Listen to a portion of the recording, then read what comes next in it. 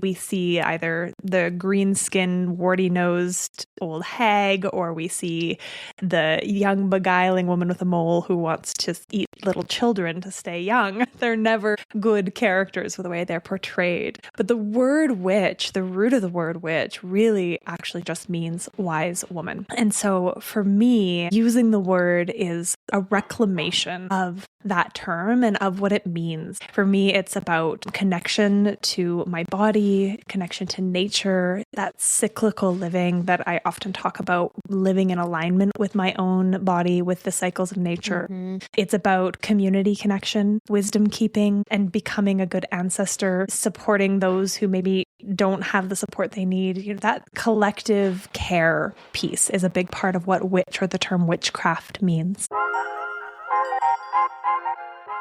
Welcome to Hopeful and Wholesome, the show where ambitious women come home to their bodies.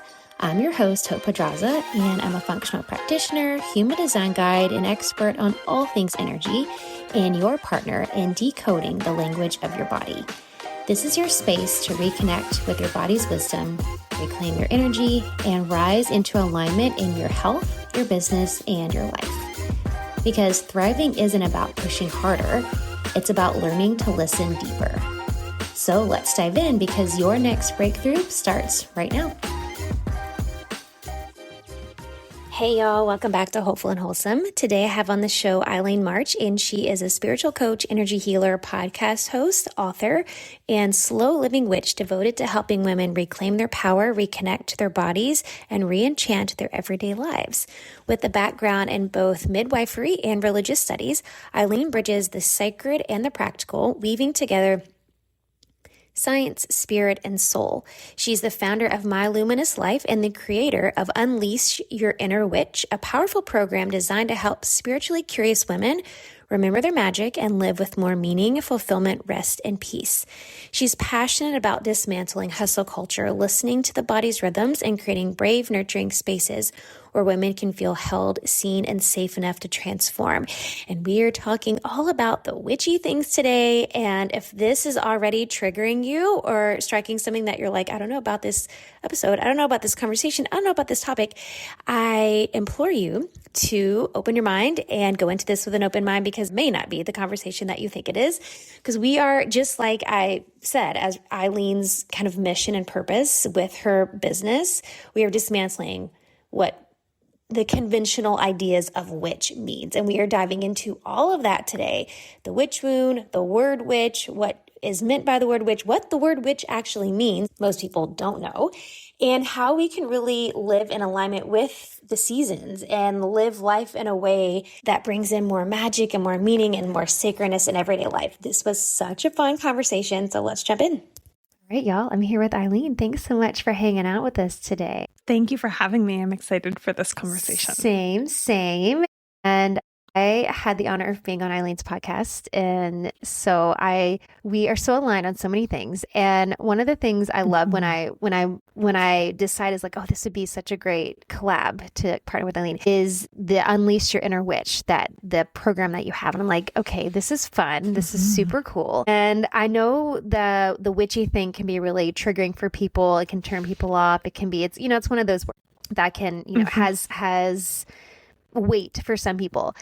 And so I would love for you to talk about that. And specifically, and it's funny too that we're talking about this, because over the past, I don't know, probably a month or so, the witch wound has been coming up a lot for me. Like there's this this container I'm in. We did this whole breathwork thing with the witch wound last month, and it's just come up in strange and interesting ways. And so I would love for you to talk about that and what you mean by the word witch, and then how the witch wound show. Because I think sometimes people are experiencing the witch wound and they don't know what that's actually what it is. So if you want to dive in there. Love to hear your take on that. Yeah, for sure. I think you hit the nail on the head that I think if you are walking around as a woman or identifying as a woman in this lifetime, you are experiencing the witch wound, and whether or not you know that's what it is. But let's start with the word witch itself. Yeah, because it's triggering for a lot of people. When I first came out of the proverbial broom closet, my mom actually asked me, she was like, do you have to use that word? She's like, I want to share what you're talking about. I want to share your posts. She's like, but I'm not comfortable with that word, because it is a word that for a few centuries now has been used to mean evil and bad and awful and terrible. We see either the green-skinned, warty-nosed old hag, or we see the young, beguiling woman with a mole who wants to eat little children to stay young. They're never good characters with the way they're portrayed. But the word witch, the root of the word witch, really actually just means wise woman. And so for me, using the word is a reclamation of that term and of what it means. For me, it's about connection to my body, connection to nature, that cyclical living that I often talk about, living in alignment with my own body, with the cycles of nature. It's about community connection, wisdom keeping, and becoming a good ancestor, supporting those who maybe don't have the support they need. That collective care piece is a big part of what witch, or the term witchcraft, means to me and to many. I know that it's having a bit of a resurgence. Revival. I agree with that. As it were. I agree with that. Yeah. So claiming that name, it was interesting when I first was like, maybe I am a witch. I had a coach ask me if I would consider myself a witch, because I was going to do a workshop on light witchcraft for the woo curious. And she's like, well, do you consider yourself a witch? And I was like, do I? I don't know. And I took the question to Instagram, and everyone was like, oh, you don't already? I thought. Yeah, we assumed.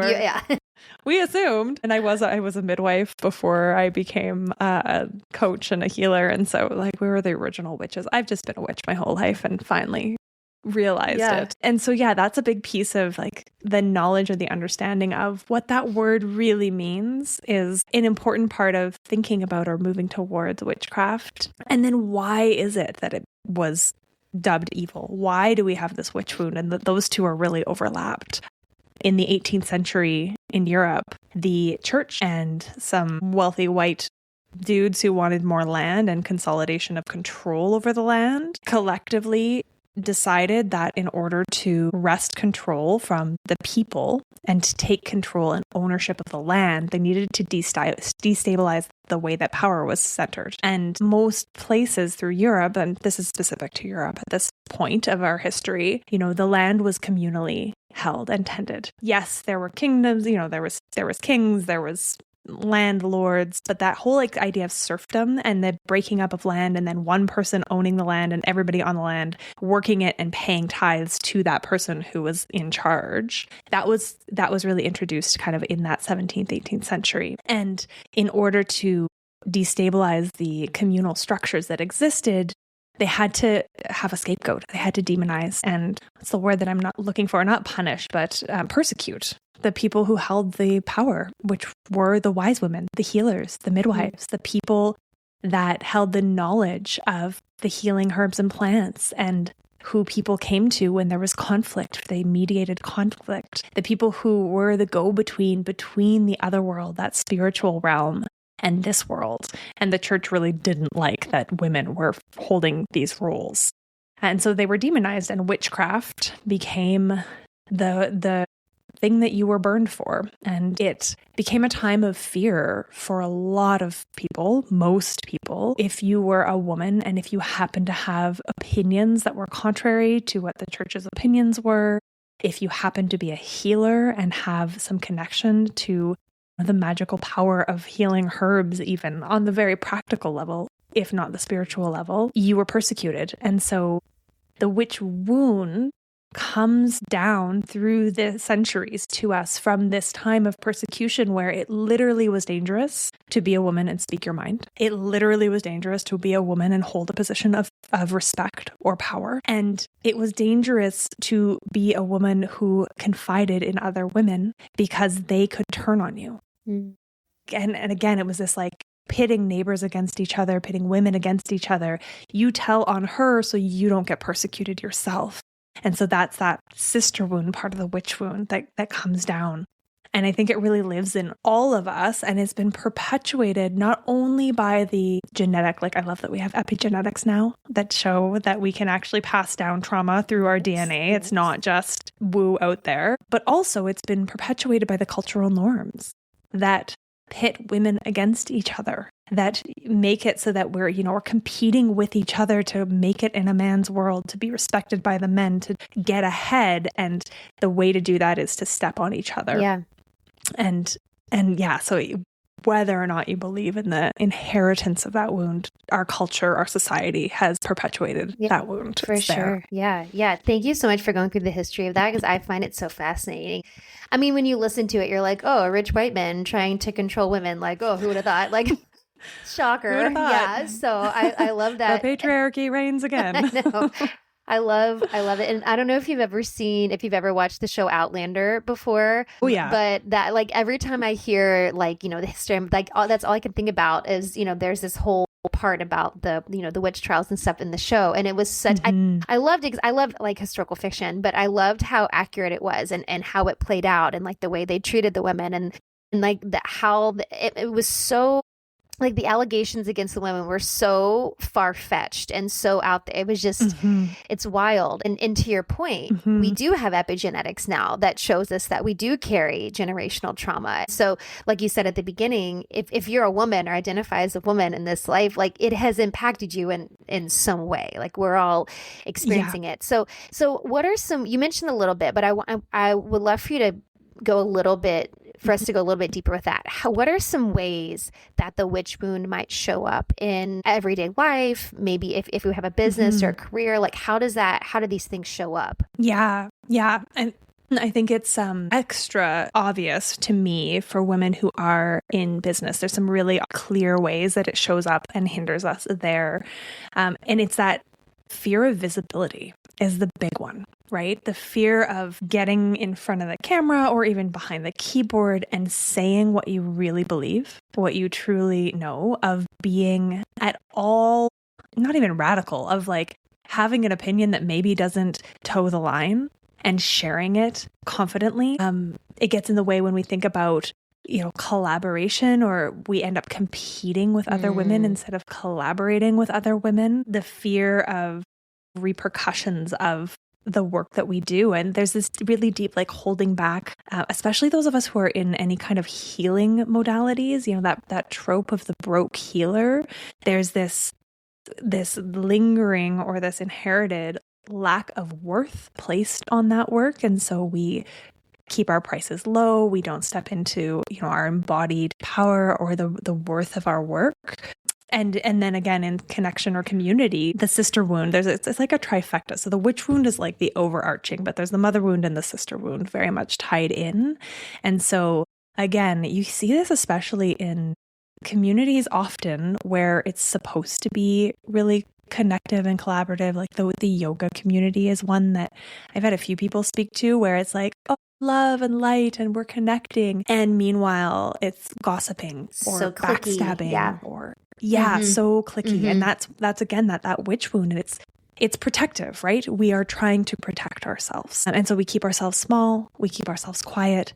People pleasing in general is like witch wound 101. So we have these different names for it, words for it, but people pleasing, lack of boundaries, inability to stand up for ourselves or to speak our truth. All of those things are facets of it. It's really pervasive. Yeah, no, it is. I was just about to say that. It really is. And because we've talked about all of those things on the show in detail. It's all of them can, be bundled up under that one thing, under the witch wound. And I think it's so fascinating that it can show up in so many different ways, and how much it really can hold us back from just being ourselves. I mean, really, that's what these women were being persecuted for, right? The women who, like you said, the women who were healers. And I love that you started out saying that the word witch comes from means wise woman. And how, like, if we really know that and understand that, like, how does it's so crazy that, like, the path that it went, where it's like, these are literally women who have this wisdom. And of course, men, the patriarchy, I don't want to connect all men, because not all men, but of course the patriarchy is afraid of women who are wise, of women who could potentially be powerful, right? Of course. But it's like, I think when we really know that, it, like you said, I think that when we understand the root of it, and we understand the history and all of that, I hope for so many women it destigmatizes that word witch, what we think it is, what we think it means, what we think somebody who identifies with that, I hope that it can release some of the heaviness, the weight, and the stigma around that. Yeah. Yeah. And I think that it is. I really feel like, there's this wave of reconnection, whether it be with the word witch or just these more ancient understandings of the role of the feminine in even, religion. When we think about Christianity, at its beginning, its inception, Mary Magdalene was one of the apostles. Like she was one of the most important people in that earth-based, very, very different religion that it is now. And so there is this resurgence, this remembering that we need the masculine. Of course we do.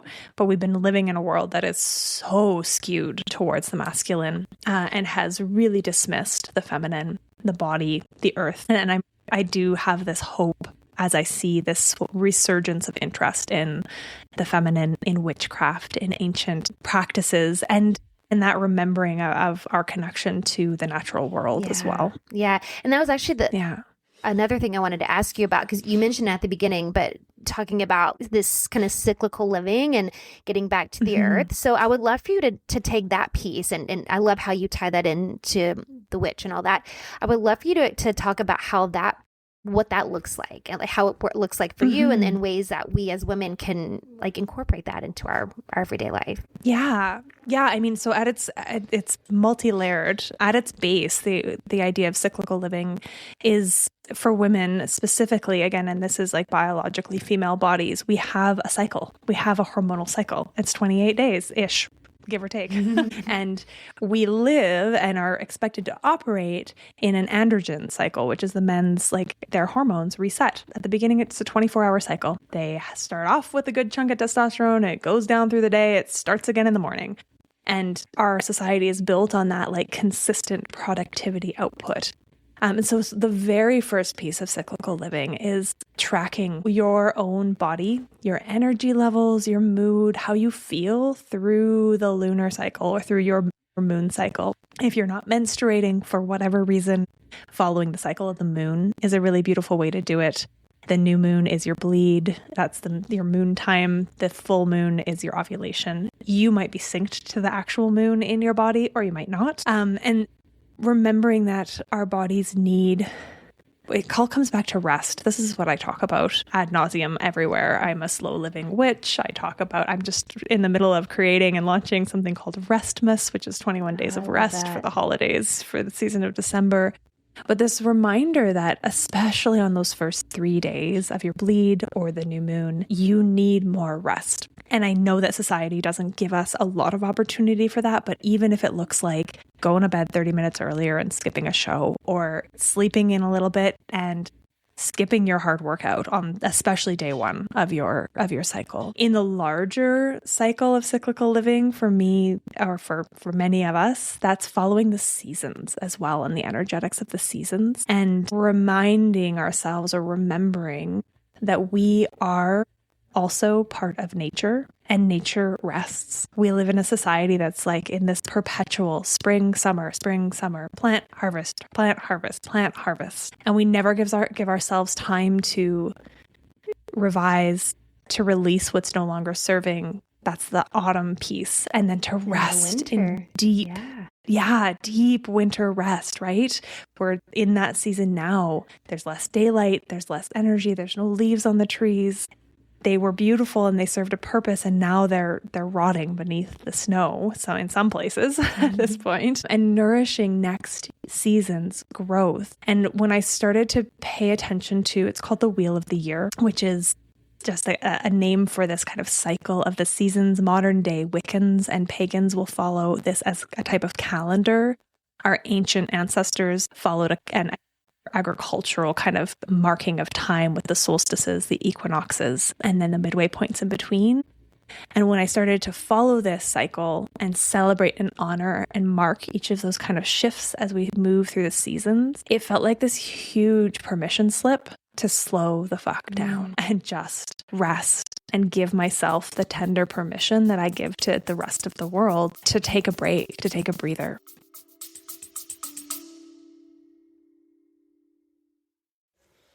Hey, y'all, we'll get right back to the episode. But first, let me ask you this. You've built a vision that others admire. And you've built something that you're really proud of. But behind the scenes, your body feels like it's lagging behind. It just can't quite catch up to your brilliance and your mission that you have. That late night second wind, the foggy mornings, the hormone shifts, the endless push and forcing. You can't strategize your way out of that. And you already know you don't need more supplements. You don't need another supplement stack. You also don't need another side hustle disguised as self-care, because nobody wants to have their health as a side hustle. This is about recalibrating your entire ecosystem. And that's why I created the Quantum Reset, a premium 3-month high-touch healing experience for visionary women who are ready to feel as powerful in their bodies as they do in their business. Inside, we decode your nervous system, your minerals, your hormones. We read your labs like the sacred text that it is, so we have actual answers. And then we pair that with deep energetic recalibration, subconscious release. We use gene keys, we use human design, and true embodied healing. This isn't about fixing burnout, because that's not what we're doing here. This is about becoming the woman whose body is powerful, whose body is completely electric, whose energy, clarity, radiance finally matches the size of her mission.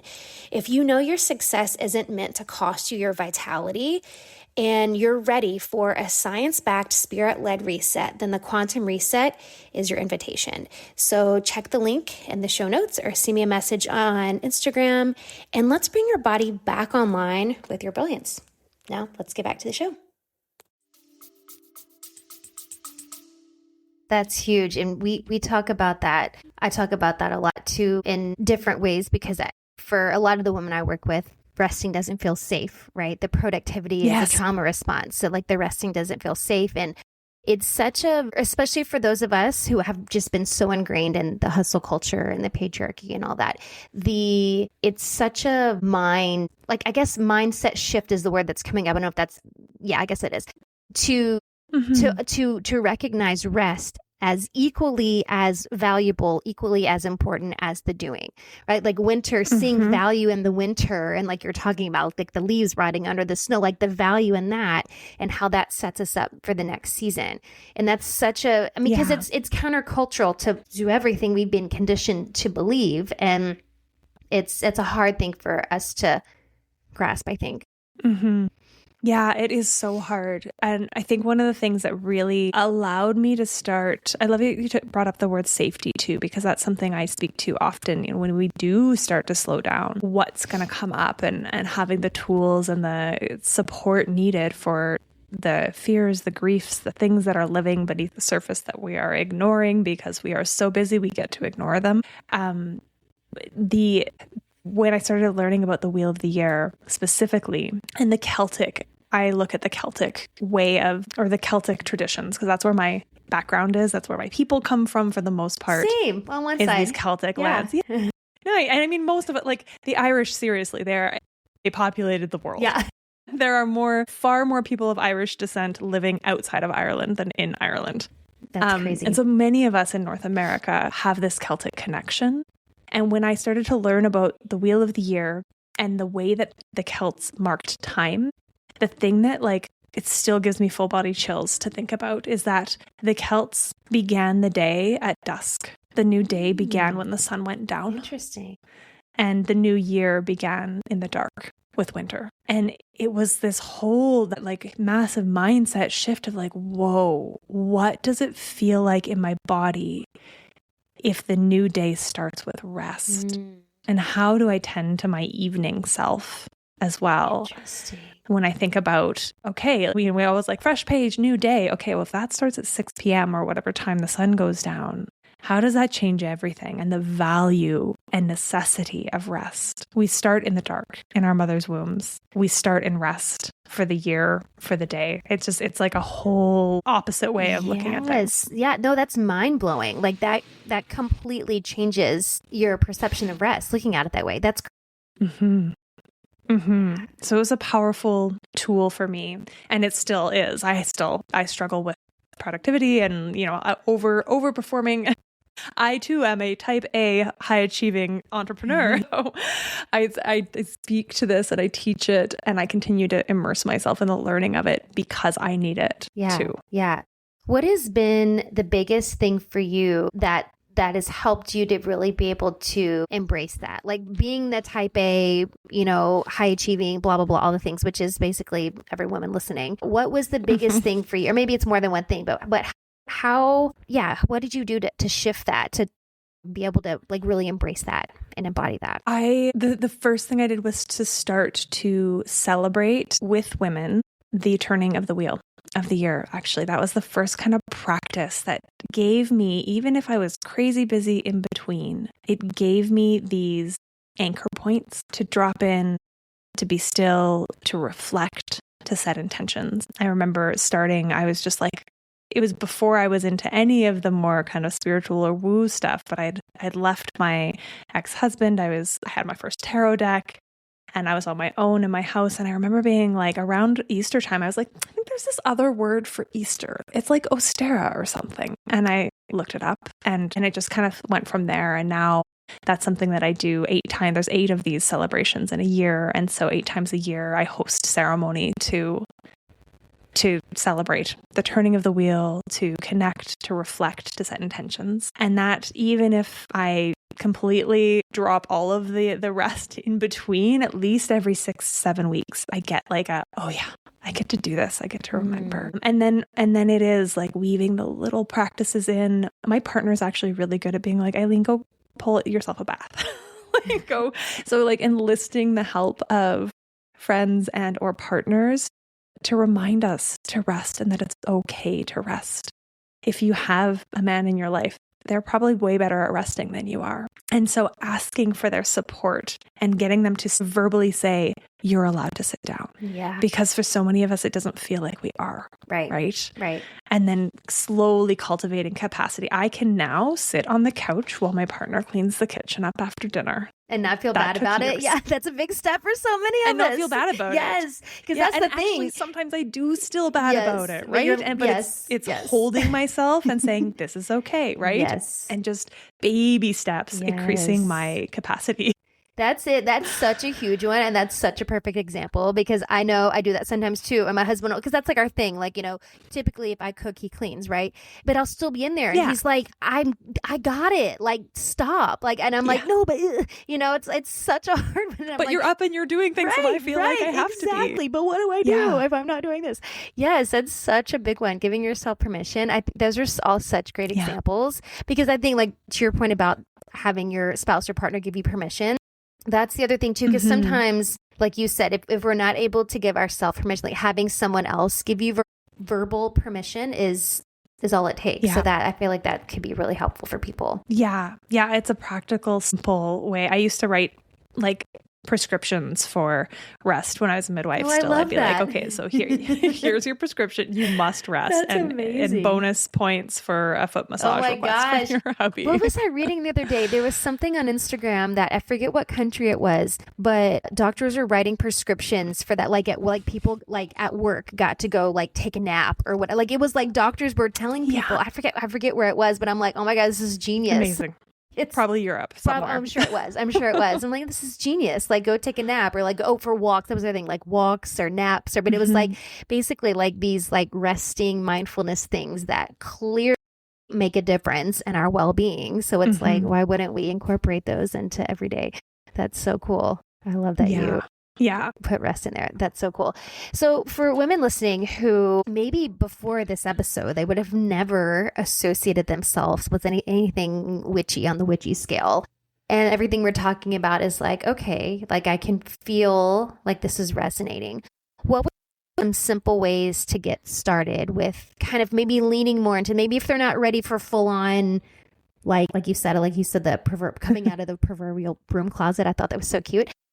Yeah. Some ways that we can like bring in more magic and more like kind of just step into that and like maybe embrace some of those things that our ancestors lived in. Yeah. Oh, I love that question. At the heart of so much of what I teach, it's about weaving in simple ritual into our day-to-day practices. And whether or not you go in for the woo or not, I think one of the things I love about my own journey is that I came to the woo late in life. And so I very much remember what it's like to be a skeptical scientist brain. I'm still a skeptical scientist. And the practices, they work whether or not you believe in magic or something more.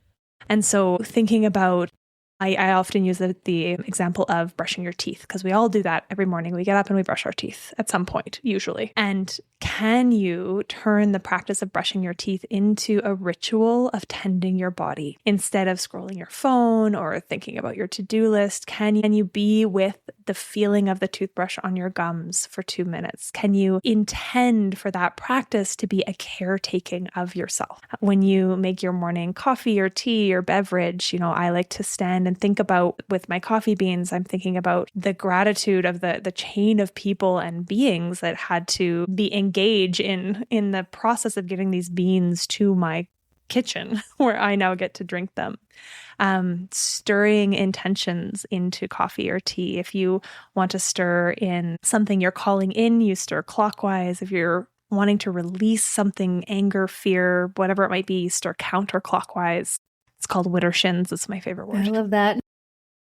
But just like ways of ritualizing the little moments without actually adding to your plate, because we all have too much on our plate anyways.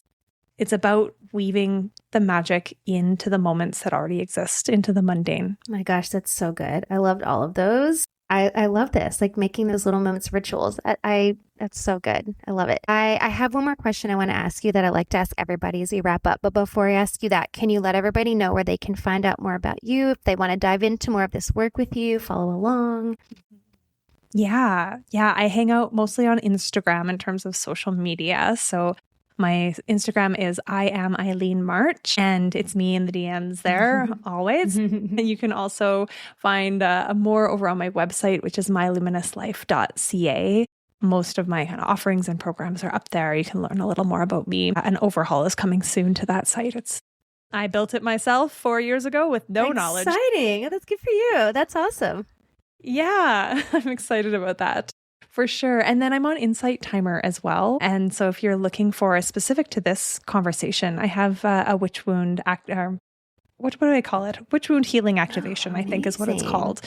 But I'm my same handle over on Insight Timer. I am Eileen March. Love and Insight I've got some Timer. meditations and visualizations. Yeah, I love it. It's a great little great. spot for sure. Yes, I love it. I use it almost every day. I love it. So cool. Of course, all that will be nice. That will be in the show notes. So you can go check out all of Eileen's stuff, follow along, go find her on Insight Timer, because I love the app.